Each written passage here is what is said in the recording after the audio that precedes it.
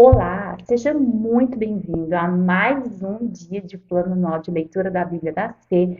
Nós estamos lendo juntos o livro de Hebreus e hoje nós vamos dar continuidade no capítulo 3 ao capítulo 6. No capítulo 3, o autor vai enfatizar que Jesus é muito maior do que Moisés, tendo em vista que muitos dos leitores do livro de Hebreus eram judeus.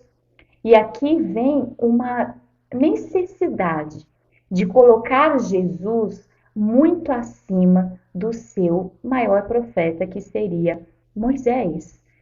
E Moisés, a gente sabe que ele tem uma importância muito grande, porque ele foi aquele que construiu o templo, que trouxe a ordem sacerdotal.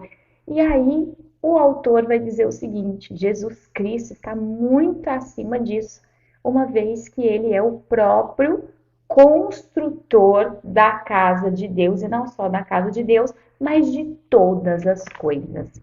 E ainda no versículo 6 diz: como Cristo Filho é responsável por toda a casa de Deus, e nós, a casa de Deus, se nos mantivermos corajosos e firmes em nossa esperança gloriosa. E o autor então vai frisar muito a importância de nós nos mantermos na presença de Deus. E poderíamos até falar sobre constância. Nos próximos capítulos que nós vamos falar, do 3 ao 6 hoje, Deus vai te lembrar muito sobre a importância de ter constância na sua decisão e na sua fé. Ainda no versículo 14 do capítulo 3 diz assim: porque nos tornaremos participantes de Cristo se de fato mantivermos firme até o fim a confiança que nele depositamos no início. Lembre-se do que foi dito: se ouvirem a sua voz hoje, não endureçam o coração como fizeram na rebelião. E aqui vai entrar um assunto muito importante, que é a desobediência e a retirada do descanso de Deus.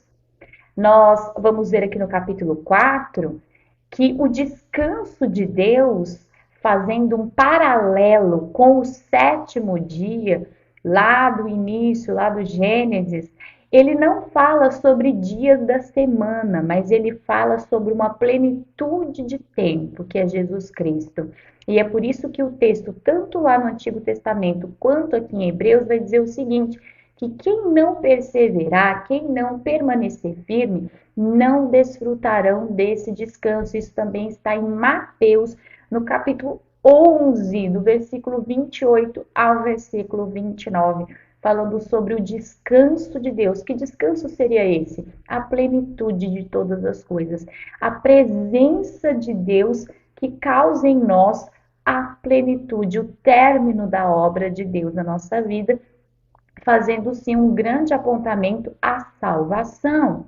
Então é muito mais do que você parar um dia para você descansar. Esse descanso de Deus, até mesmo o descanso do Antigo Testamento, ele alude a uma expressão, a um conhecimento muito maior do que um descanso. Até porque Jesus, quando pisou aqui na terra, falava muito sobre o meu Pai e eu trabalhamos. Até hoje nós trabalhamos, ou seja, a partir do momento que o pecado entrou no mundo, todo o descanso parou e Deus trabalha. Deus tem trabalhado até o momento em que todas as coisas encontrarão a sua plenitude e entraremos no descanso do Senhor. Mas o que eu preciso frisar aqui é que o que me tira do descanso, o que me tira de vivenciar a presença de Deus na minha vida é a desobediência, é a inconstância. É um caminho inconstante. Nós não podemos ser inconstantes na nossa vida espiritual, em nenhuma área da nossa vida, mas principalmente na nossa vida espiritual.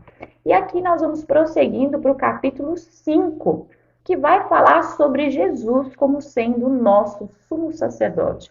E ele vai dizer que todo sumo sacerdote representa outras pessoas diante da presença de Deus, e os seres humanos, sumos sacerdotes, são humanos, então eles também oferecem sacrifícios por si mesmos, têm condição de entender o ser humano, mas Jesus está aqui no capítulo 5, versículo 8, versículo que eu vou ler e 9. Embora fosse filho, aprendeu a obediência por meio do seu sofrimento.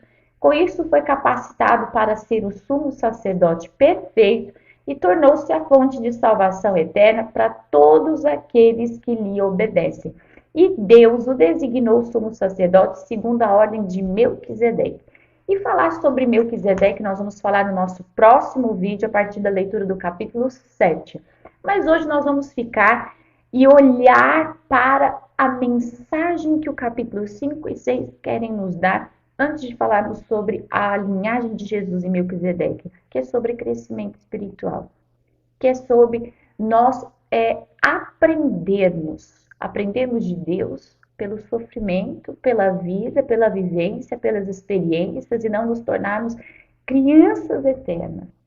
Sabe, nós precisamos entender que vai chegar uma hora da nossa vida que nós precisamos lidar com a nossa vida com maturidade e parar de sermos infantis, espiritualmente falando. Por exemplo, tem pessoas que vão passar a vida inteira na igreja e vão ser crianças espirituais. Pessoas que não estão habilitadas para lidar com situações do dia a dia. Se ele for colocado numa situação difícil, a fé dele já vai ser abalada. Se ele ouvir algum tipo de doutrina, a fé dele vai ser abalada. Essas doutrinas pop que nós temos ouvido por aí, né? Que você não precisa estar na igreja, você não precisa se envolver com o corpo, você em casa tem comunhão com Deus. Isso é uma doutrina de final dos tempos, né? São falsos profetas que têm se levantado para dizer para você se desconectar do corpo, porque você não precisa do corpo, você tem Deus na sua casa, ou seja, quebrando a aliança com a própria palavra de Deus, com tudo que a própria palavra de Deus determinou e estabeleceu. Então, em nome de Jesus, busca crescimento espiritual, porque tudo isso que eu acabei de citar é um grande sinal, ou são grandes sinais de uma grande imaturidade espiritual. E a imaturidade espiritual dá lugar a decisões infantis, dá lugar a decisões impensadas, a decisões destrutivas. Por quê? Porque falta conhecimento, porque falta experiência com Deus, falta vida com Deus, né? Então, assim, aqui ele vai falar uma coisa muito séria no capítulo 6, que quem experimentou a graça, o Espírito Santo e depois abriu mão, é impossível que essa pessoa consiga voltar. É um texto muito duro, mas é um texto muito verdadeiro. Eu vejo muitas pessoas que eram firmes na presença do Senhor e por algum motivo abriram mão de Jesus, abriram mão do Espírito Santo e não conseguem retornar. Tenha constância na tua vida, tenha abundância na tua vida. Não volta Jesus Cristo para a estaca de estar crucificado. O autor que escreveu esse texto, que nós possamos produzir bons frutos. E o autor vai dizer o seguinte, aqui no versículo 11, nosso desejo é que vocês continuem a mostrar essa mesma dedicação até o fim, para que tenham plena certeza de sua esperança. Assim não se tornarão displicentes, mas seguirão o exemplo daqueles que, por causa de sua fé e perseverança, herdarão as promessas. E realmente nós temos promessas de Deus, promessas que vão além de nós, que nos tornam seguros em Cristo, que nos fazem apropriar da nossa própria existência no reino espiritual e que você possa se vincular às promessas de Deus, à palavra de Deus, ao corpo de Cristo e viver uma vida de crescimento espiritual, cujo sumo sacerdote da tua vida não é você e as suas ideias, mas é Jesus Cristo participando do seu corpo aqui na terra. Que Deus te abençoe. Eu te aguardo para os próximos capítulos de Hebreus.